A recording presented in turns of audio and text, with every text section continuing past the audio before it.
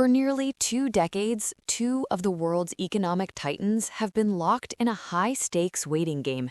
Negotiations for a trade deal between India and the European Union actually began way back in 2007, but they famously hit a wall and stayed in a deep freeze for 9 long years. Why? Because they couldn't agree on things like Scotch whiskey, car tariffs, and visas for professionals. But the world has changed, driven by a global shift to move supply chains away from China and a shared need for democratic allies. Both sides have returned to the table for what's being called the mother of all deals. This is a historic bridge connecting a 27-nation economic powerhouse with the world's fastest-growing major economy. So, what's actually on the line? EU leaders chose that mother of all deals nickname because the scope is staggering. It aims to slash import taxes that have kept prices high for decades. For Indian consumers, the 110% tax on European cars could eventually tumble down to just 10%. European wines, spirits, and life-saving medicines, they could see their prices slashed. But it's a two-way street. Indian exports, like textiles, leather, and gems, will finally get a level playing field in European markets. This is a give and take on a scale we've never seen before. This mega deal isn't just about products, it's also about people and jobs. Indian officials point out that bringing in European technology and investment could create millions of new jobs for our people. Think about it. Cheaper machines and equipment means factories in India can expand. Building new roads, factories, or renewable energy projects with European partners would hire engineers, laborers, and service workers. Exciting! Likewise, more exports to Europe means more factory jobs right here at home. Here's where it gets interesting. When trade barriers fall, companies invest. EU car makers like Volkswagen or Mercedes may test the market by exporting more cars here. And if sales look good, they might build plants in India, employing local workers.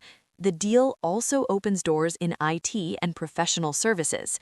This could help our software engineers, architects, and consultants find more projects in Europe. Seriously, of course, new competition means businesses will need to improve, which pushes firms to train employees and adopt new technologies. So, how will your wallet feel this deal? The answer is some things could become much cheaper. Because tariffs on many goods will fall, India will import certain products at a lower cost.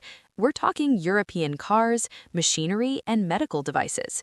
If India cuts a tax from 110% down to 10%, imported cars will cost significantly less.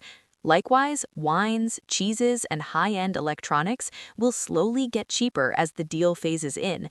Even everyday gadgets like smartphones might see price relief as the cost of European-made parts drops. It's not just the fancy stuff, though. Many Indian factories use imported machines or chemicals. Cutting these tariffs reduces input costs. Lower input costs mean factories can produce goods more cheaply, which could lead to lower prices on appliances or tools for you. Exciting, on the export side, Indian products like textiles, garments, and jewelry will face lower taxes in Europe. This makes Indian goods more competitive abroad, allowing our exporters to grow and supply more to the world. But what about local industries? Labor-intensive sectors like clothing and footwear are in the sweet spot. The EU used to charge Indian exporters up to 16% in tariffs, but with this deal, that extra cost largely disappears. This is huge because it helps India win back market share from rivals like Bangladesh and Vietnam. However, some domestic firms will face stiffer competition. If German medical devices entered India with lower duties, local makers must compete. Small businesses may also have to adapt to strict new EU safety and climate standards. In summary, the mother of all deals is a massive opportunity and a challenge all at once. If implemented well, it could mean cheaper electronics, a boom in exports, and millions of new jobs. We'll all feel it in our wallets and workplaces over the next few years. Stay tuned. Once signed, the deal still needs to be ratified, which could take a year or more. But by then, you'll want to be ready to shop those cheaper imports or explore new career paths. What do you think? How will this deal affect your field? Drop a comment below and let's discuss.